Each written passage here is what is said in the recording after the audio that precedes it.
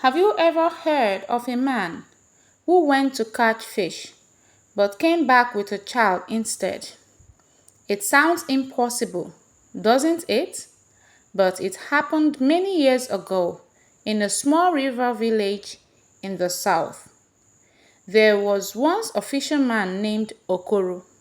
He was a poor man but hard-working. Every morning, before the sun rose, he would carry his net and paddle his small canoe to the wide river. The river was the pride of the village. It gave them fish, water, and stories. But on some days, the river was cruel. It gave nothing but empty nets and tired arms.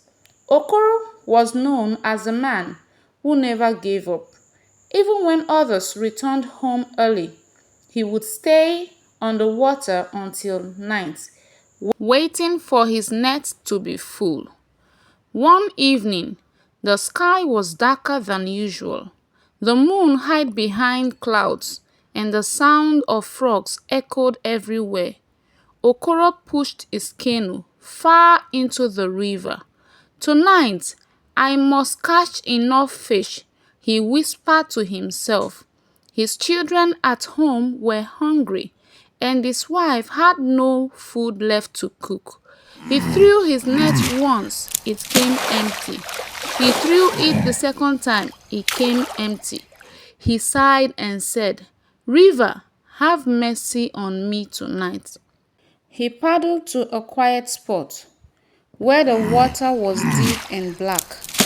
He cast his net again. This time, the net felt heavy, very heavy. His heart leaped. Ah, at last. But when he pulled the net closer, he did not see fish. He saw a child.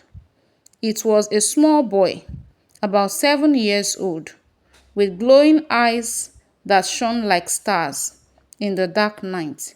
His body was wet, but he was not struggling for air. He looked calm, as if the river itself had kept him alive. Okoro's hand shook. "What is this? A child? From the river?" The boy spoke, his voice soft but clear. "Do not be afraid. You have caught me, but I am not a fish. I belong to the river." Okoro dropped his paddle in shock.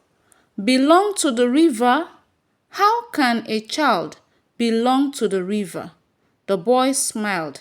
"I am the son of the water spirit.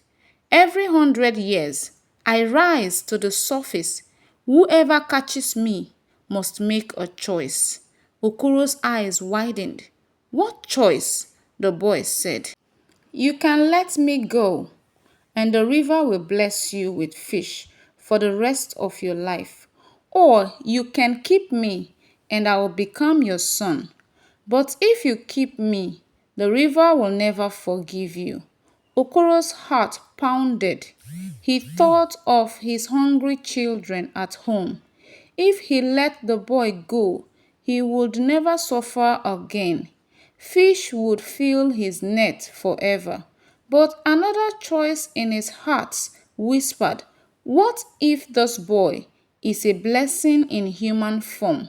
He sat quietly in the canoe, staring at the boy, who looked so human, so innocent, yet so strange. At last, Okoro made his decision.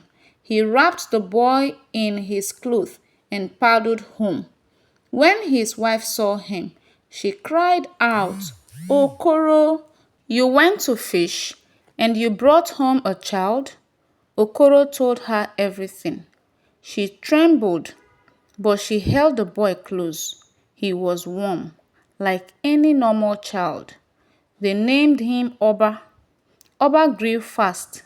Within a year, he was taller than other boys his age.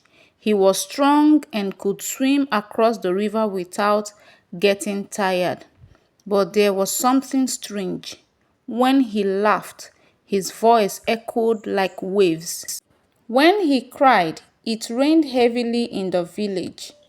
Some villagers began to whisper among themselves, "This boy is not normal. He came from the river. He will bring us trouble." But others said, "No, he is a gift. Since he came, Okoro's family has never gone hungry." Years passed. Oba was now a handsome young man. But one night, the river roared like thunder. The waves rose higher than trees, and the wind shook the roofs of the huts. From the middle of the storm came a voice. "Okoro, you stole my child. Return him, or your village will drown." Everyone in the village heard it. They ran to Okoro's house, shouting, "Return the boy. Return him before we all die." Okoro's wife wept. "Husband, what have we done?" But Oba stood tall. His eyes glowed brighter than the moon. "Father, mother, do not be afraid. I know who I am. I must return to the river."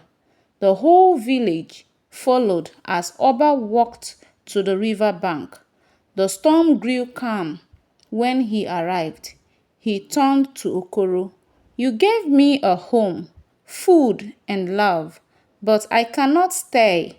I am the son of the water. Tonight I must go back." Okoro cried like a child.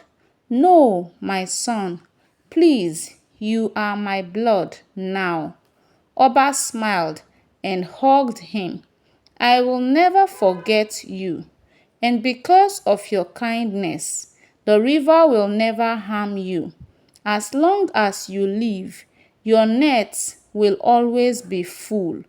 With that, Oba stepped into the water. Slowly, his body sank, and his glowing eyes were the last to disappear beneath the waves. From that day, Okoro's nets were always full of fish.